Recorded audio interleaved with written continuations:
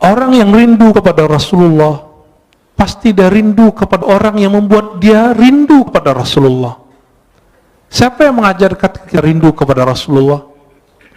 Guru-guru kita. Guru-guru ini yang mengajarkan rindu. Maka rindu kepada Rasulullah itu bersanad. Ini yang Nabi katakan, tuba liman ra'ani wa amana bi. Tuba liman ra'ani wa liman ra'aman ra'ani. Beruntung orang yang memandangku. Kalau nggak ketemu aku, dia ketemu murid-muridku atau murid dari muridku. Ini yang disebut tuba.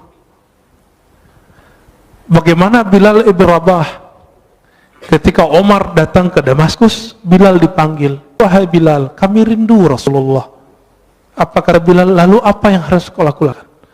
Kata Omar, tolong engkau azan, ingatkan kami kepada azannya di zaman Rasulullah SAW. Lalu dia azan.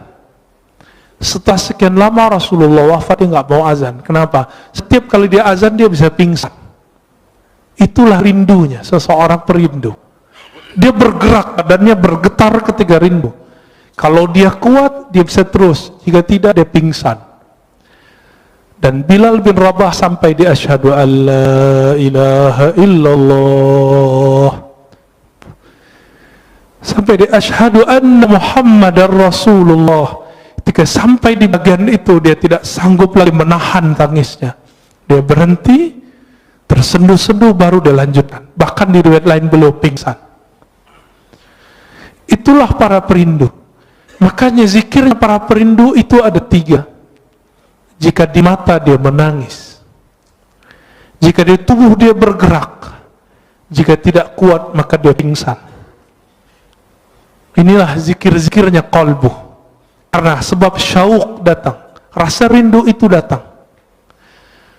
Dan rindu itu sumbernya satu, al-mahabbah, rasa cinta kepada Allah dan Rasulullah. Bapak saudara makan Allah,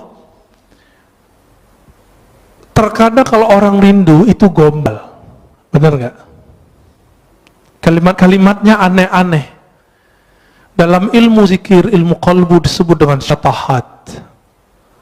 Apa arti syatahat? Kalimat yang melompat dari mulut karena gejolak-gejolak rindu dalam kalbu. Jika seseorang merasakan rindu tersebut, maka muncullah syatahat. Inilah yang muncul pada Imam Junaid, Imam Abu Yazid Al-Bustami, bahkan imam seperti Al-Hallaj. Al-Hallaj mengatakan, ma fi jubbati illallah, di jubahku hanya ada Allah. Dia tidak dihukum karena dia ngomong itu, tapi dia ketika mengatakan haji itu cukup di rumah, tapi itu ternyata bukan perkataan dia. Jadi dulu karena buku tidak ada copyrightnya, setelah itu bukunya tentang asrar haji disalin oleh orang tertentu, lalu ditambahkan di situ, haji tidak perlu ke Mekah, cukup di rumah. Ketika dihakimi, dibawa ke pengadilan, Al-Hallaj ditanya, ya Hallaj, haza kitabuk, hei Hallaj, ini kitabmu? Hallaj mengatakan, oh itu judul kitabku, tapi dia tidak tahu isinya. Langsung hakimnya mengatakan, taib, kamu zindik, kamu fasik, langsung divonis esok hari dipenggal. Al-Hallaj wafat tahun 309 Hijriah. Kata Imam Al-Ghazali, seandainya aku jadi qadhinya, jadi hakimnya, tentu aku tidak akan mau hukumi gantung baginya. Itu kata Imam Ghazali. Tapi ya sudah, ya, tilka ummatun qad khalat laha, ya, ma kasabat. Kita lanjut sampai jam berapa? Masya Allah. Nanti sholat syuruknya diundur, ya.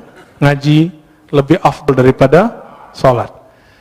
Imam Ibnu Majah meriwayatkan dari Nabi SAW bahwa mempelajari satu bab ilmu lebih afdal dari sholat 100 rakaat. Ya. Taib. Jika yang muncul di qalbu itu al-khawf, dia juga nangis. Apa arti khawf? Rasa takut. Tapi bedanya, al-khawf ini beda dengan syauq. Jika syauq bikin orang bergetar, Tapi kalau khauf tidak, bikin orang diam. Ada lagi raja. Raja itu harap. Jika orang berharap, Allah menerimanya. Bapak salah makan Allah, kita ini semua punya dosa, benar gak? Mulai dari ujung rambut sampai ujung kaki. Tapi apakah dengan dosa itu kita berhenti beramal? Enggak. Masih ingat Salahuddin Al-Ayyubi? Salahuddin Al-Ayyubi, seorang pejuang hebat, raja di zamannya, sultan, itu pernah meminum khamar. Kata Imam Zahabi dan Siyar A'lamin Nubala, kana yashrabul khamr. Dulu Salahuddin ini enggak sholah, enggak bagus. Ngapain dia? Namanya kan Ayub atau Yusuf ya. Salahuddin ini dulu suka minum khamar. Orang kalau minum khamar pasti zina. Orang zina ya lanjut judi semuanya lengkap. Nakalnya bukan main. Maka jangan, kalau ada anak muda hari ini malam-malam kita lewat, dia minum khamar, dia jahat, jangan benci dulu. Siapa tahu nanti dia jadi mujahid fi sabilillah. Jangan benci dulu. Ya, tadi kita pas lagi nyetir, tiba-tiba ada yang ya anak pakai motor truk-truk, ya suka-suka dia. Saya mikir jangan-jangan ini Salahuddin menghibur diri.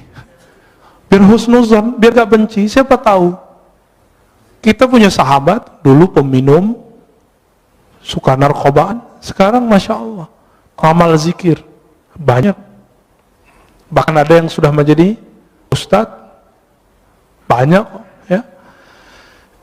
Jadi jangan hukumi orang dengan waktu dia bermaksiat. Siapa tahu itu maksiat terakhirnya. Jangan pernah sucikan orang dengan amalnya. Siapa tahu itu amal soleh terakhirnya. Besok dia maksiat terus. Tapi semoga itu tidak terjadi.